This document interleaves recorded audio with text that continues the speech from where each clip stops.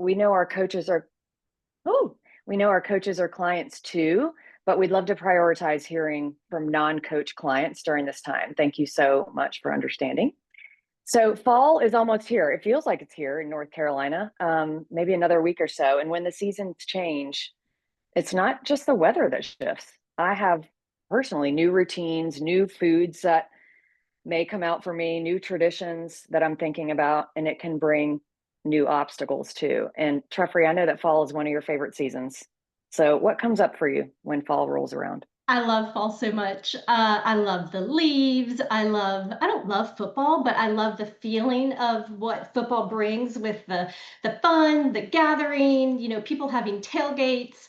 But most of all, I love pumpkin. I love pumpkin everything. The pumpkin spice lattes, the pumpkin donuts, the pumpkin this, the pumpkin that, everything pumpkin.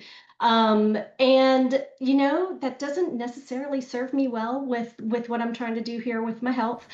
So I just it's crazy. But the pumpkin leads into Thanksgiving, leads into the peppermint and the peppermint pie and all the holiday treats. So I know that I can't kind of let it go into the guilt that comes if I really go down that rabbit hole of eating all the pumpkin things. What about That you? I know you well, it have one of brings those. oh yeah, So I'm a pumpkin person too, but it's also I remember during 5 and 1, um, I came into this time period. I started in the middle of the summer like you, and then our first holiday season was in the fall.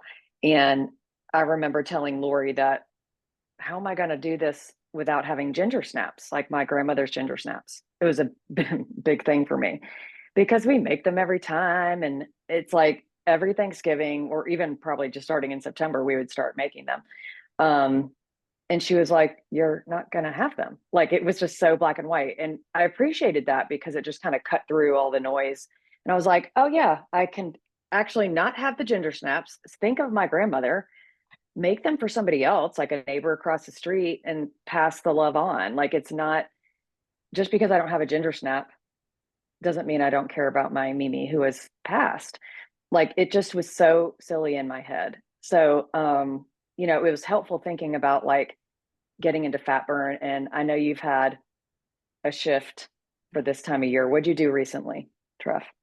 Yes. So, I always love that story about your ginger snaps because we really can still honor people and loved ones without having to fall into the food, and learning how to not rely on willpower. So I decided that our team at the end of August was doing some challenges, back to back challenges. And I really realized that the summer I had just I had crept back up those handful of pounds where I wiggle waggle.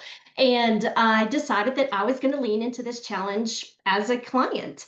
And I have fully committed to myself to reset my habits and, get back into fat burn, y'all. And it is amazing. And our particular small group that we did this challenge with really lead into the 10x coaching accountability that we've been talking about recently. And that means I really leaned on my coach, I leaned on my community, and I did daily check ins. I was writing down my foods. I was doing all of the things that I really knew that I needed to do to help me stay more accountable to myself and my coach and my community because we were doing this as a group. So it really helped me get back on track. And I'm so thankful because I'm now down those few pounds that I had gained over the summer.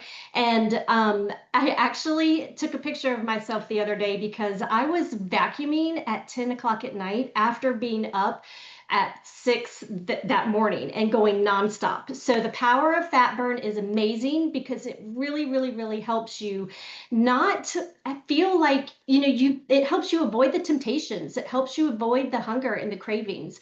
And sometimes it can really feel hard to get back into fat burn if you've been, maybe you're at your goal or close to your goal, but you need to tighten some things up, or maybe you've fallen off the wagon a little bit and it feels so hard to get back into fat burn.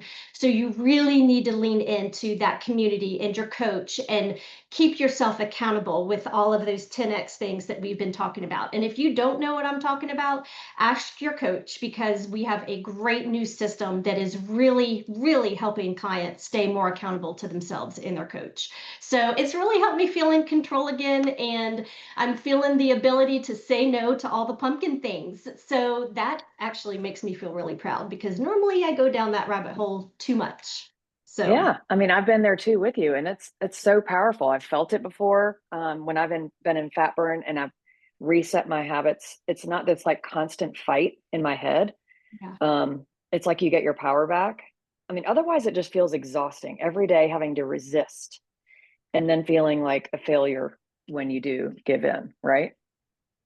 That exhaustion, like that is what I love about Optavia, is it takes away that decision fatigue. We don't have to think about all the things we're eating through the day. And I love that we can just decide that we're going to do this. Like, you have to decide you are going to stick to plan. And once you decide, that takes away all of that exhausting feelings of figuring out, what am I going to eat?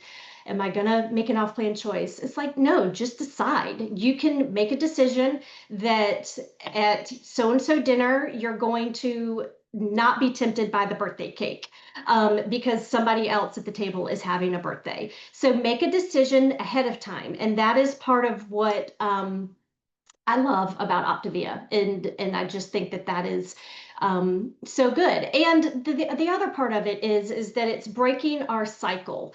When we make a decision to do this, and we are realizing that we sometimes don't have the willpower within us, that we're leaning into the structure, we're leaning into the community and the coach, where we're breaking that cycle of having to decide every time. And that's one of those habits that we can learn. We're just going to make healthy decisions from here on out, right? Yeah. So, it's not always about being perfect, but the next thing in your mouth is an on plan choice. So we got lots of And tools at our I think hands. that's the biggest takeaway really, is that food is always going to be a part of our lives and a part of seasons.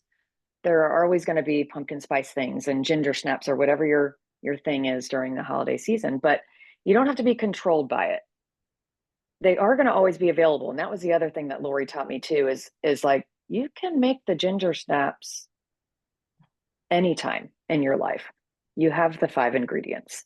Like, it's not some special thing that I can never ever have again, right?